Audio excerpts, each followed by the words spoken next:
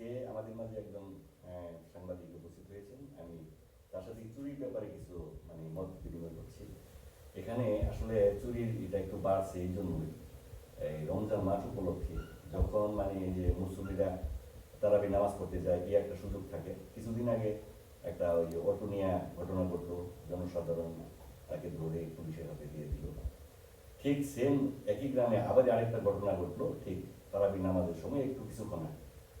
যে মসজিদের যে কেশিয়ার ছিল, কেশিয়ারের ঘর থেকে ওই কেশিয়ারের কাগজপাতি সব যা কিছু আছে এগুলো নিয়ে পড়ে ফেলছে এবং টাকা পয়সা নিয়ে গেছে। এই যে চুরিগুলি ঘটতেছে, আসলে এটা শুধু প্রশাসন বা পুলিশ বা কি বলে মেম্বারদের প্রতি নির্ভর করলেই হবে না, এটা জনগণকে একটু সচেতন হতে হবে।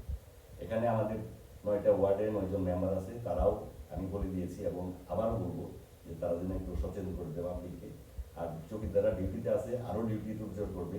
আসলে প্রশাসনের পক্ষে একা এই চুরি বন্ধ করা সম্ভব না।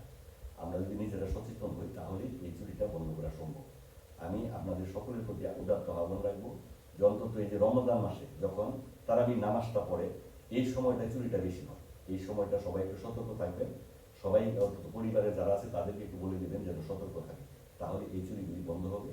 আর যে এই চুরিগুলি হচ্ছে, এতে বিশেষ করে আমার বানেশ্বর ইউনিয়নে এখানে নেতৃবৃন্দ যারা আছে তারাও অত্যন্ত সচেতন আছে।